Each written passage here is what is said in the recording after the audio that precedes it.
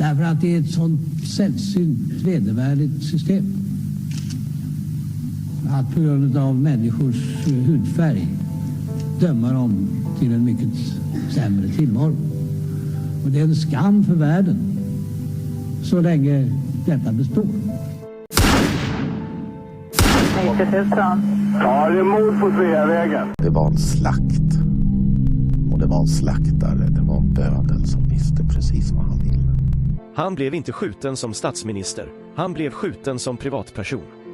Polisen säger att mordet av allt att döma var mycket noga planlagt. Och alla personer med walkie-talkies på varsin sida om Sveavägen som man hörde liksom. Jag trodde att man i mordutredningar alltid gjorde bandade förhör med de väsentliga personerna som har funnits på platsen och som är viktiga. Makalöst ointresse. Och det är klart att man försöker liksom suggerera sig fram till att få ihop bilderna om man var säker på att det var dem, så vill man ju få det att överensstämma med sitt eget vittnesmål. När sanningen om det här kommer fram så kommer det svenska samhället att förändras i grunden. Sydafrika, vilket jag personligen tycker är ett ganska intressant uppslag med tanke på att det är en ganska konkret motivbild. Det pratas mycket om Sydafrika och det är flera personer som har tagit kontakt med oss och haft intressanta synpunkter på det här uppslaget. Fick Craig veta att Palme var nyckelpersonen i att ena sydafrikanska anti-apartheidrörelsen. Det var min tanke och det har jag trott allt sedan dess.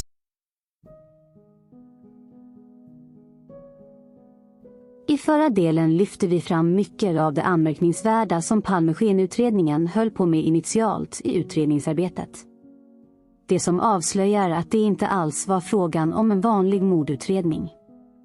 Att inte ens ordentligt förhöra ett av de mest centrala vittnena, som såg det centrala händelseförloppet i samband med skotten, förrän efter 2 veckor, är totalt avslöjande för att skenutredningen lade allt fokus på att blanda upp alla uppgifter, för att göra vittnen osäkra på vad som egentligen hade hänt. Det var därför som helt galna uppgifter om hur händelserna runt mordet spreds via tv, radio och tidningar. Allt detta samtidigt som tv visade upp personer som varit inblandade i händelserna på mordkvällen för att locka in oskyldiga vittnen in i Palmeskenutredningens mörkläggande gap. För att tystas, hånas och förminskas. Oavsett bakomliggande motiv var det en fruktansvärd hantering av oskyldiga personer som blev indragna i mörkläggningen. I denna delen kommer vi att fortsätta att utmana materialet och Palmeskenutredningen när vi nu har en mycket rimlig uppfattning om vad som egentligen har hänt. Saker som vi tidigare tagit upp. Faktum är att det lyftes mycket tidigt fram som viktiga belägg för mörkläggningen, men mottogs mycket svalt av andra. Nämligen uppgifter från utredningen som förvanskats och manipulerats. En av de mest chockerande upptäckterna i utredningsarbetet genom åren är hur andra helt blint litar på uppgifterna i Palmeskenutredningsmaterialet. I en olöst mordutredning som kantats av så många märkligheter genom åren. Så många ensamma galna gärningsmän som lyfts fram, olika villospår med jämna intervaller, vittnen som blivit idiotförklarade, hotade och fått uppgifter förvanskade enligt egna utsagor. Hur kan man då inte ens vara kritisk mot materialet? Speciellt som det finns så många motstridiga uppgifter som inte går ihop. Det är just i gränslandet och i diskrepansen mellan uppgifter som inte alls går ihop, speciellt om de kommer från samma person, över tid, som mycket viktiga förklaringar och bakomliggande motiv finns att hämta. För att återta upp det viktigaste exemplet, så återkommer vi till vittnet, taxichauffören Anders Delsborn, som hade en otroligt viktig roll på mordkvällen. Som tagits upp tidigare så får man aldrig vifta bort hans mycket viktiga insats i samband med skotten på Sveavägen, när han larmar och själv stannar kvar på mordplatsen och hjälper till med olika uppgifter. Hans insats i den delen var enormt viktig, men det behöver inte betyda att allt han säger stämmer med verkligheten för det, eftersom man kan ha motiv till att förändra sina uppgifter. Det är nämligen precis det som händer när man försöker analysera utsagorna över tid. När man tar varje detalj för sig och försöker förstå hur de överhuvudtaget kan har förändrats på bara några timmar, så till den grad att det vittnespsykologiskt blir helt omöjligt. Förstår man inte att de orimliga oförklarade skillnaderna i så specifika uppgifter, efter en så kort tid, är totalt orimliga, så är det klart att man inte kan förstå att det är uppenbara belägg för en påverkan att vara delaktig i en mörkläggning. Då måste man även kunna ge rimliga förslag på hur allt detta kan ha gått till, och även ge så många belägg som möjligt för att det kan vara på det sättet. Det är när man verkligen gör ett noggrant utredningsarbete i dessa detaljer som man kan förstå hur Palmeskenutredningen tänkte initialt i utredningen. Det är här vittnet Delsborns uppenbara avslöjande förändringar i sina uppgifter vittnar om att han blivit påverkad av Palmeskenutredningen att ljuga för att lyckas mörklägga det verkliga händelseförloppet. För att ta några konkreta uppgifter, så det blir tydligt, så beskriver Delsborn redan i förhöret under mordnatten hur paret Palme står och samtalar med en man när han tittar till vänster i samband med att trafikljuset är rött i korsningen Sveavägen och Tunnelgatan. Delsborn kan till och med placera personerna sinsemellan. Att paret stod med ryggen mot honom och den andra mannen, som vi nu vet är Theo, stod med ryggen mot Skandiahuset. Kan man beskriva detta så detaljrikt, som finns det ingen som helst tvekan om att det har hänt. Trots att Delsborn, på grund av vädret, inte hade möjlighet att höra något av vad som sades, så blir det då inte så svårt att utgå ifrån att han uppfattar sällskapet som att samtala med varandra. Det är vittnespsykologiskt en mycket rimlig utgångspunkt, oavsett om han hört samtalet eller inte, eftersom personer inte bara står så placerade utan en kall kväll på en gata i stan utan att det finns ett skäl till det. I detta fall, som Delsborn uppger, ett troligt samtal. Men, när sedan Delsborn själv i radion på morgonen förminskar dessa uppgifter och börjar utelämna den viktiga informationen om hur personerna stod placerade, blir det redan misstänksamt om vad som faktiskt har påverkat hans uppfattning om samtalet. Nu är det inte längre bara utelämnande av uppgifter, utan Delsborn nämner till och med samtal, men förminskar uppgifterna med att om de stod och samtalade eller, det vet jag inte. Det är verkligen viktigt att ni förstår nyanserna i dessa detaljer. Att utelämna är en sak. Att förminska tidigare lämnade uppgifter utan att motivera varför säger något helt annat. I det här specifika fallet handlar allt såklart om att helt börja tvätta bort uppgiften om samtalet mellan paret och Theo före skotten. Eftersom Theo helt ska städas bort ur händelseförloppet på mordkvällen. Det är förhoppningsvis uppenbart för alla nu att hade oskyldigt indragna vännen till Olof Palme själv, Theo från Kreta, lyfts fram i ljuset, hade så många andra frågor blivit svåra att svara på, när Theo behöver berätta hur han blivit indragen i mordplanerna sedan lång tid tillbaka. Och ett av vittnena till mordet igår kväll, 27-årige taxichauffören Anders Delsborn, berättar om sina iakttagelser. Jag kom körande i min taxi Sveavägen i riktning upp mot Kungsgatan och fick rött lyse vid Tunnelgatan.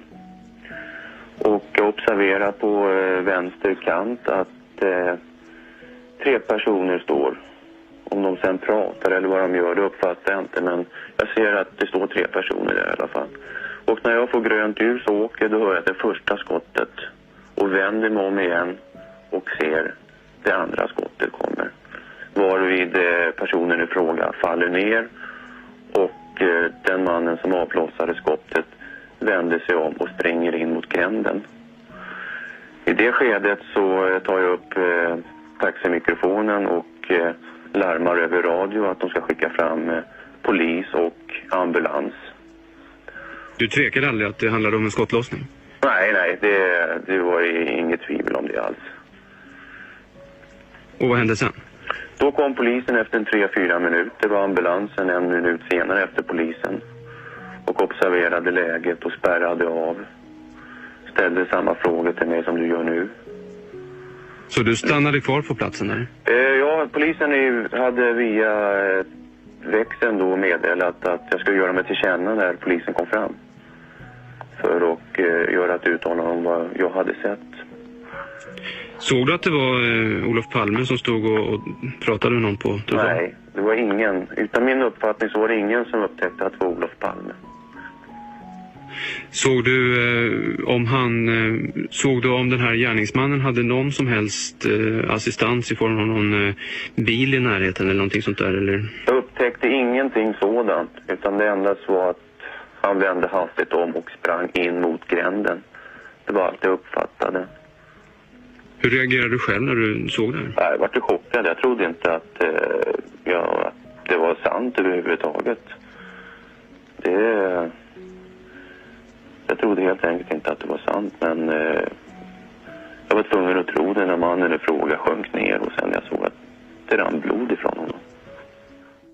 Taxichauffören Anders Delsborn. För att även ta en annan uppgift som är så avslöjande när det gäller vittnet Delsborn, så handlar det om vilket signalement som Delsborn uppgav på gärningsmannen, både i förhör och för polisen på plats. Det är här, ännu en gång, vi får en sådan otrolig hjälp av den utfrysta poliskommissarien Gösta Söderströms uppgifter, som han själv hörde sin kollega rapportera om via radion, kort efter att de anlänt till mordplatsen på mordkvällen. Det handlar om en man i blå täckjacka. En uppgift som Gösta både uppgav i en tidning och under hans förhör i rätten.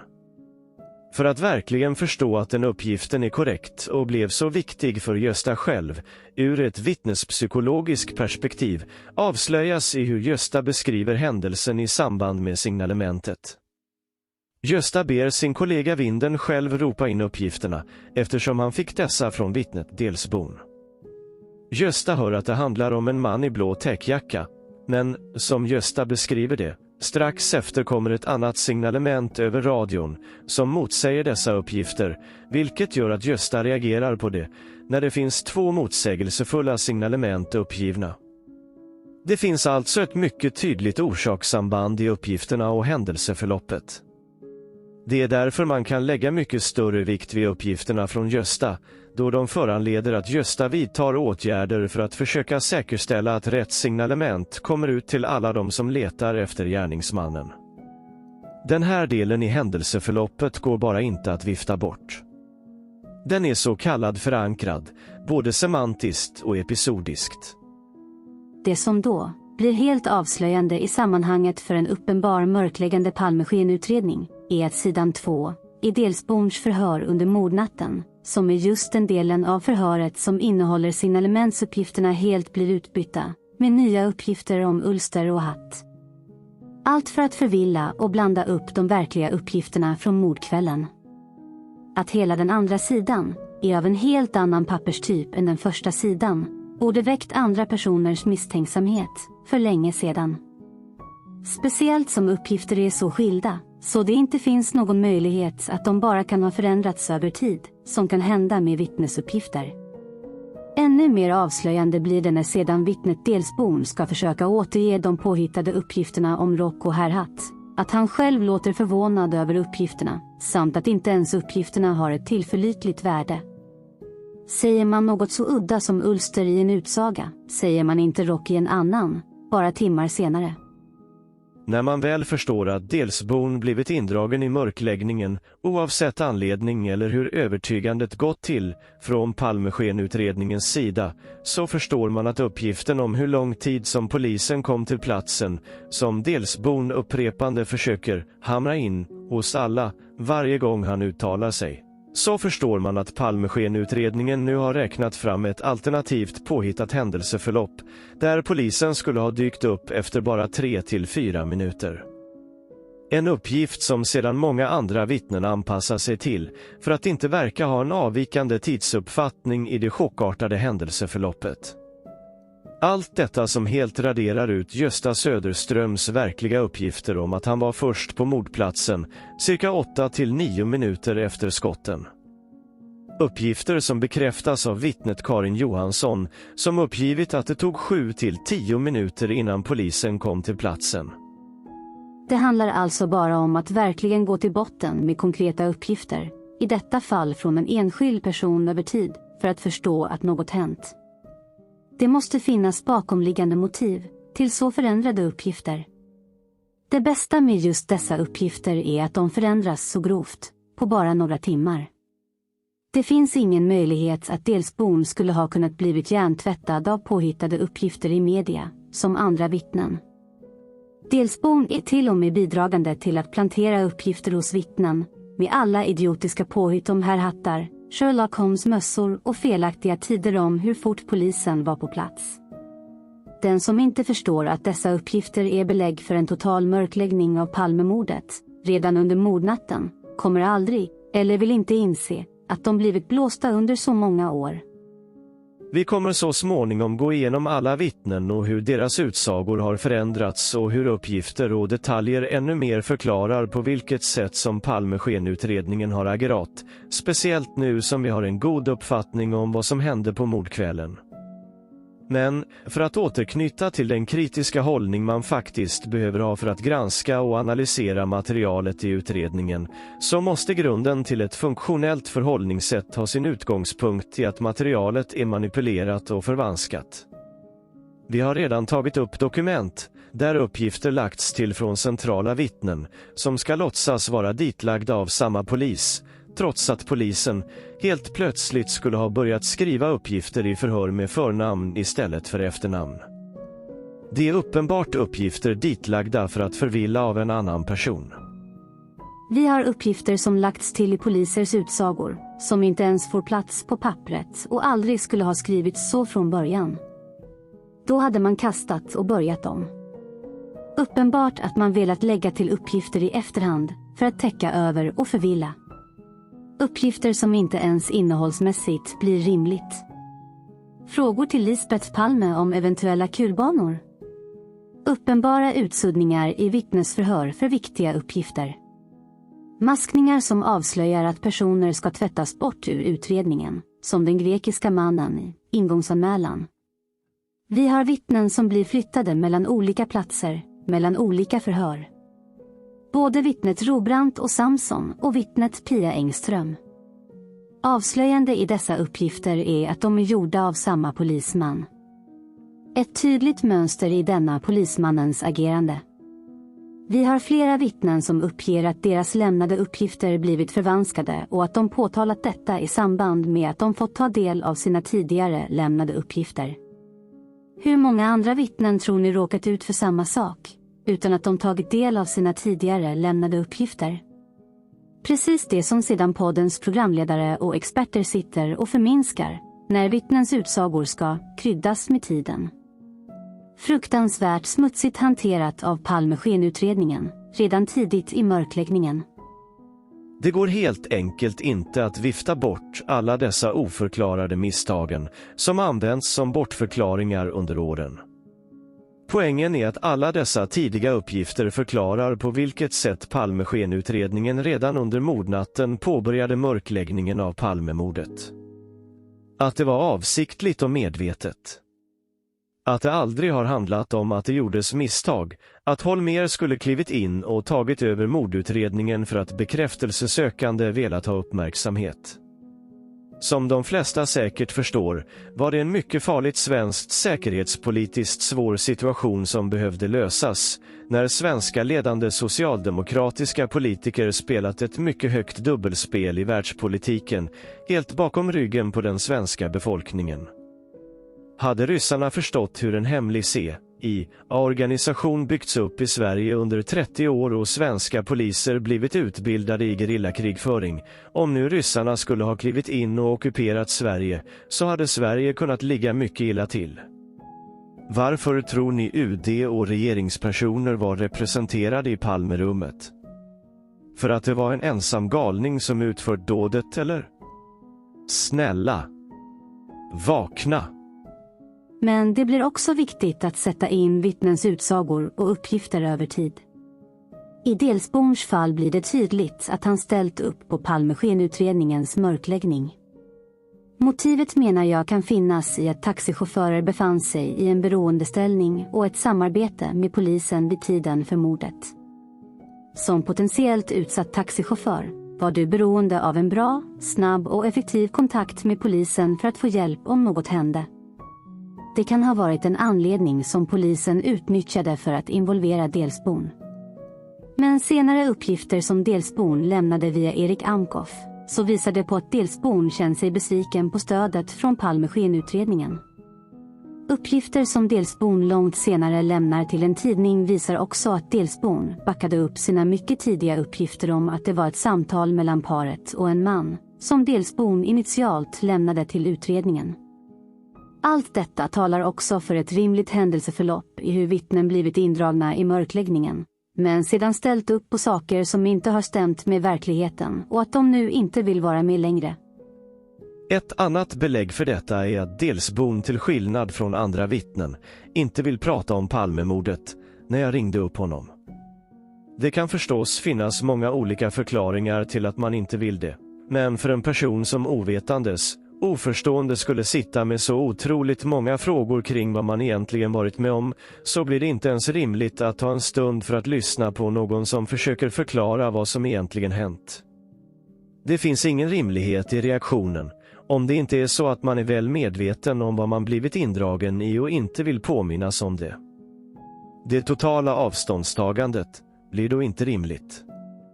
Viljan hos de flesta att förstå vad de varit med om är normalt alldeles för stor. Avvikandet från detta ger även det belägg för inblandningen av mörkläggningen. För att vara otroligt tydlig i detaljerna och nyanserna.